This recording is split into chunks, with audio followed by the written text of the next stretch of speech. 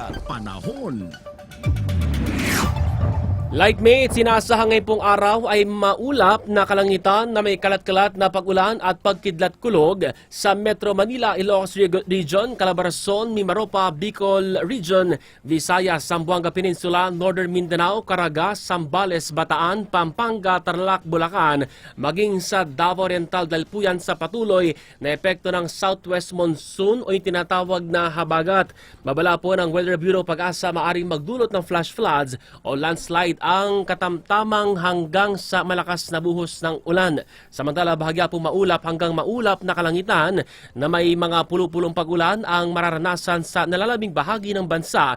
Bunsod pa rin ang localized thunderstorm na maaari pong magdulot ng pagbaha sa matinding buhos. Samantala, ang severe tropical storm Podul o dating Goryo po ay nasa labas na ng Philippine Area of Responsibility o PAR, ngunit patuloy na nakakapekto po sa panahon sa bansa.